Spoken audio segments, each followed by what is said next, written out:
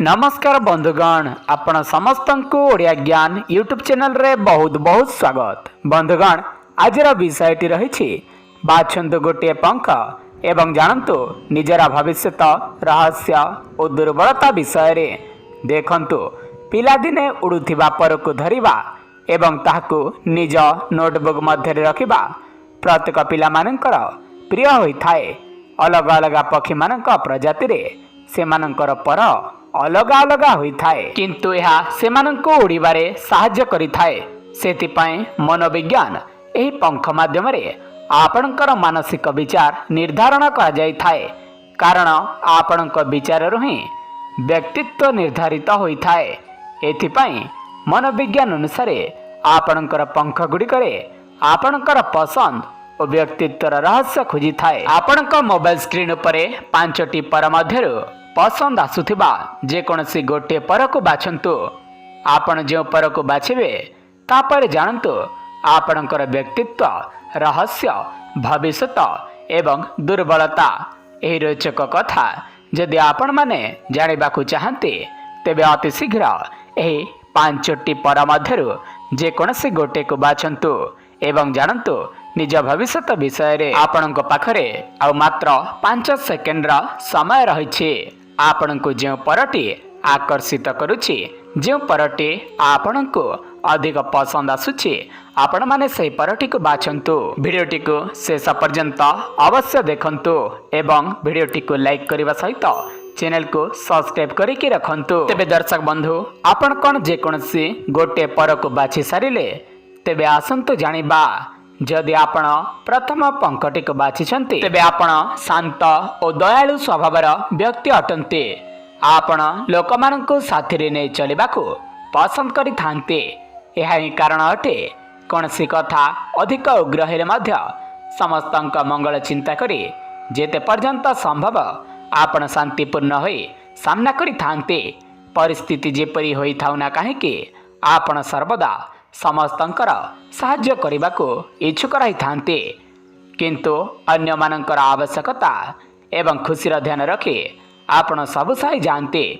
बेले बेले यही कारण ही लोके आपण को भूल बुझी थान्ते। आपण बिना स्वार्थ रे किछि कार्य करुथिले मध्य लोके सेथिरे मध्य स्वार्थ देखि थान्ते। सेथिपय किछि लोक आपण को भूल मध्य बुझी थान्ते। जदि आपण द्वितीय परठी को बाछिछन्ते तेबे आपण बुझी पारि थान्ते। यह ही कारण अटे जेतेबेले कोनसी नुआ कार्य करिबार कथा आगको आसी थाए तेबे आपण बहुत सहजरे ताहाकु करि थान्ते एवं अन्य माननकु ठारु मध्य एभली आशा रखि थान्ते। आपण बुद्धिमान अटन्ते, किंतु बेले बेले भूल मध्य करि बसन्ते।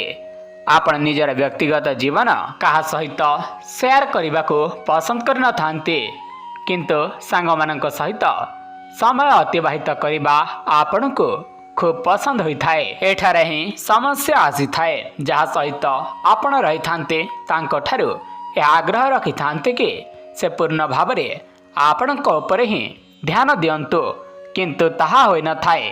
आपण तांको ऊपर क्रोध करने को लगी थान्ते। एहा फलरे लोक माननको लगी थाए जे आपण को कहा सहित मिसिबाकू भल लगी न थाए, किंतु ताहा सत नुहे।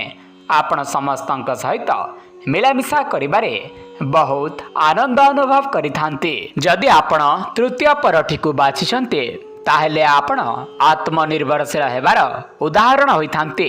जीवन रे छोटरु छोट जिनिस पई आपण काहा उपरे निर्भर रखिबा पसंद करन्ति नाही। आपण को जीवन रे कोनोसे एक निर्दिष्ट लक्ष्य नै आगको बढ़िबार वास्तविकता जणा थाए। निज लक्ष्य को पाइबा पाई आपण संपूर्ण आशान्वित रही थान्ते। ताको प्राप्त करिबा पाई संपूर्ण उत्साहित रही थान्ते। आपणकर यह ही सबुठार विशेष गुण अटे। यह ही आपण को आत्मविश्वास करि थाए।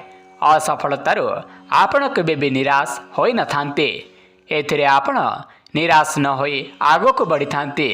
आपण अनुसार असफलता हृदय को शक्तिशाली, मस्तिष्क को बुद्धिमान करि थाए एवं मनुष्य को प्रत्येक परिस्थिति सहित लड़िबा पाए क्षमता प्रदान करि थाए। एथिपे आपण 10 थर असफल होइते मध्य थरुटिया आपणक विजय सुनिश्चित होइथाए। आपणकर एही गुण आपणकु समाज रे जणे महान व्यक्ति भाबरे गढ़ी थाए। लोक माने आपणक अधीन रे काम करिबा पई पसंद करि थांते। जदि आपण चतुर्थ परठी को बाछिछन्ते ताहेले आपणकर गुप्त चरित्र सहजरे केही जानि पारंती नाही। आपण किपरि व्यक्ति अटन्ते ताहा जानिबा एक रहस्यमय कथा अटे, किंतु एही रहस्यमय गुणर मालिक आपण निजे अटन्ते। आपणकर कल्पना शक्ति आश्चर्यकर अटे। जेकोसी समस्या होइथिले मध्य आपण ताको सामान्य रूप से समाधान मध्य करि पारन्ते। आपण जणे कलात्मक व्यक्ति अटन्ते एवं सब कार्य सठिक ढंग रे करिबाको इच्छा रखि थान्ते।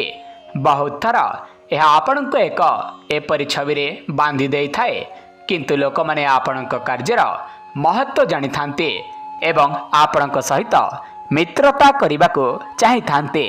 आपणक व्यक्तित्व बहुत आकर्षणीय होइथाए।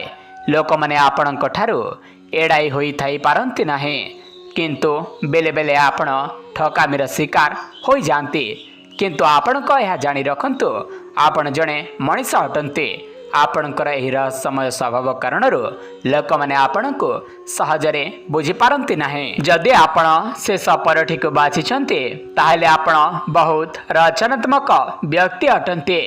आपणक कल्पना शक्ति ही सबुठारू बड़ गुण अटे, किंतु आपणकर सबुठारू बड़ दुर्बलता हेउछि निज क्षमता उपरे विश्वास न थाए।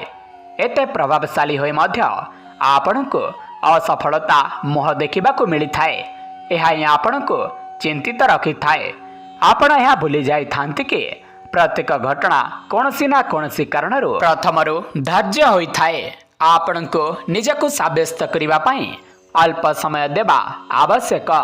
आपण निज सब कार्य संपूर्ण सचोट और उत्साहित होई संपन्न करिबाकू भल पाई थांते। समस्तंको ठारू किछि अलगा करिबाकू पसंद करि थांते। एही चिंताधारा ही आपणको अन्य मानक ठारू भिन्न करिथाए एवं समाज रे आपण मान सम्मान पाई थांते। दर्शक बंधु, कमेंट बॉक्स रे आपणको प्रिय देवादेवी नाम अवश्य लिखंतु। आज वीडियो एतिके।